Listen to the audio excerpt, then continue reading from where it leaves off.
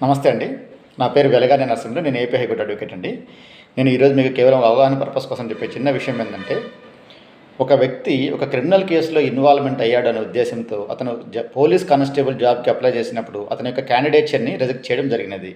దాన్ని ఛాలెంజ్ చేస్తూ అతను మధ్యప్రదేశ్ హైకోర్ట్‌ని అప్రోచ్ అయినప్పుడు, మధ్యప్రదేశ్ హైకోర్టులో ఇచ్చిన తీర్పు ఏందంటే గనక he is entitled for job అని చెప్పి ఉన్నారు. కానీ దాన్ని ఛాలెంజ్ చేస్తూ స్టేటు అప్పీల్ వరకు వెళ్ళటము, అప్పీల్ తర్వాత మళ్ళీ సుప్రీంకోర్టుకి వెళ్ళడం జరిగినది. దాంట్లో వచ్చిన క్లియర్ ఫైండింగ్ ఏంటంటే, అతను 2001లో ఒక 498A కేసులో ఇన్వాల్వ్‌మెంట్ అయ్యి ఉన్నప్పటికీ కూడా 2006లో ఆ కేసులో అక్విటల్ అయిపోయినది. ఆ కేసు ఎందుకు అక్విటల్ అయిందంటే, ట్రయల్ జరిగేటప్పుడు out of the court settlement చేసుకొని ఆ కేసు అక్విటల్ అయిపోయింది.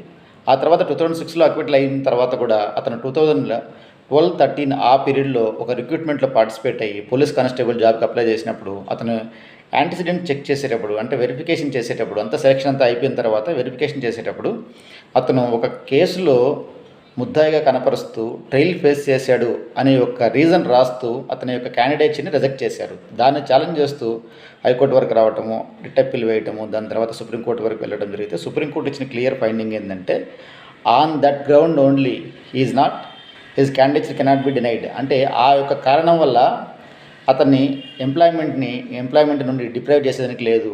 ఆ ఒక కారణం వల్ల ఆ ఒక కారణాన్ని చూపిస్తూ అతను క్రిమినల్ కేసును ఫేస్ చేశాడు అని చెప్పి కారణాన్ని చూపిస్తూ అతన్ని ఎంప్లాయ్మెంట్ ఇవ్వకుండా డినై చేసేదానికి లేదని చెప్పి కింద కోర్టులో ఇచ్చిన జడ్జిమెంట్ని సెటిస్ఫైడ్ చేస్తూ హీజ్ ఎంటైటిల్డ్ ఫర్ జాబ్ అని చెప్తూ డైరెక్షన్ ఇస్తూ అతను సెలక్షన్ చేయమని చెప్పినది.